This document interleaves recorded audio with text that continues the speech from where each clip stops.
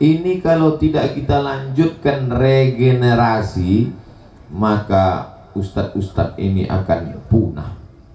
Tapi alhamdulillah, bersama Pak Wali masih ada 500 ustadz-ustadz yang ikut melanjutkan perjuangan subuh berjamaah. Mudah-mudahan Allah berikan kesehatan buat Pak Wali dan para asatidz kita.